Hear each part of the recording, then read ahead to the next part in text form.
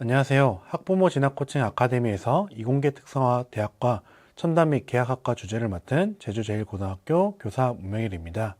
이번 영상에서는 한국에너지공과대학교 켄텍에 대한 내용들과 입학 전형에 대해서 알아보도록 하겠습니다.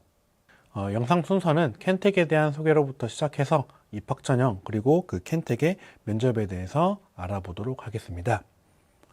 우선은 켄텍에 대한 소개입니다. 켄텍은 미래에너지 인재 양성을 목표로 하는 대학입니다.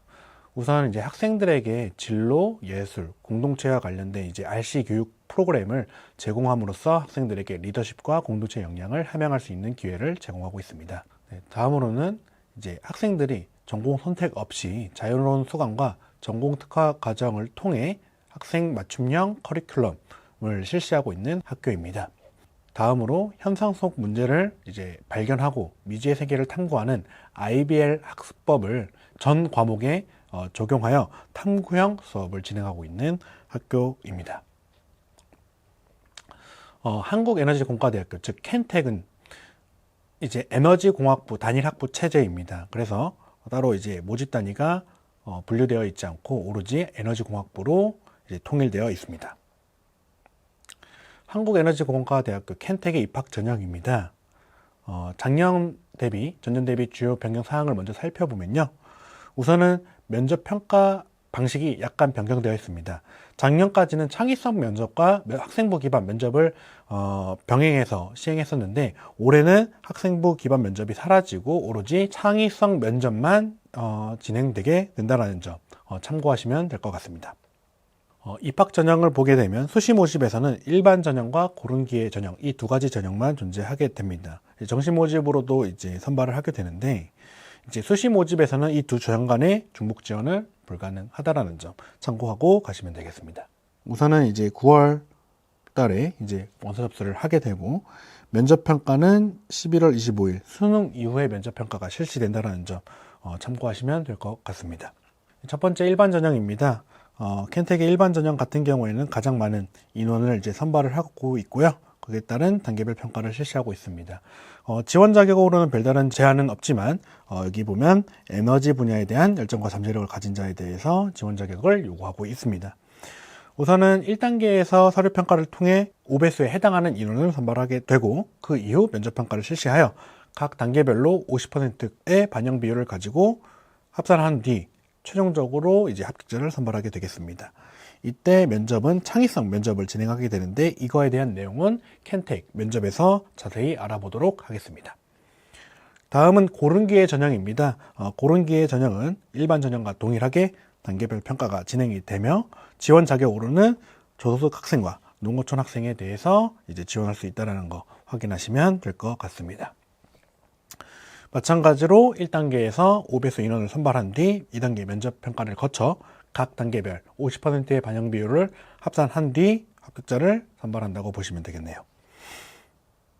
다음은 수능 우수자 전형입니다.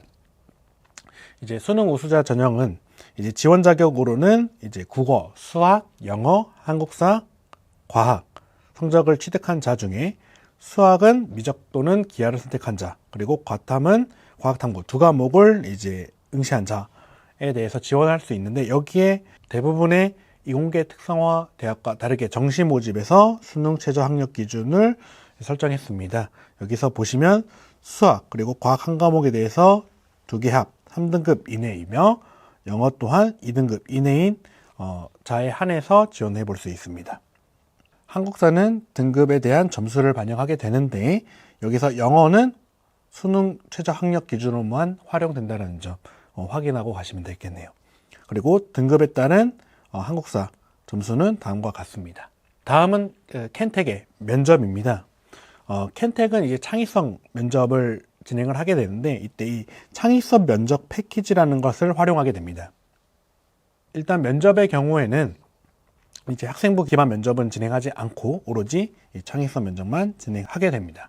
그래서 이 창의성 면접 패키지가 무엇인지 기출문제를 통해서 알아보도록 하겠습니다. 우선은 재작년 2022학년도 창의성 면접 패키지입니다.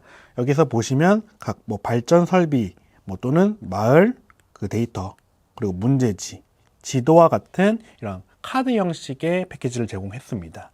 이를 통해서 1번 문항에서는요, 발전 설비를 어디에 설치하면 가장 적합할지에 대한 이런 문제를 제시했었고요. 두 번째 문항에서는 특정 이제 조건을 만족하는 상황에서 어떤 발전 설비가 가장 적합한지, 그리고 그 마일 간의 뭐 전선을 연결하는 것에 대해서 이제 물어보는 문항이었습니다.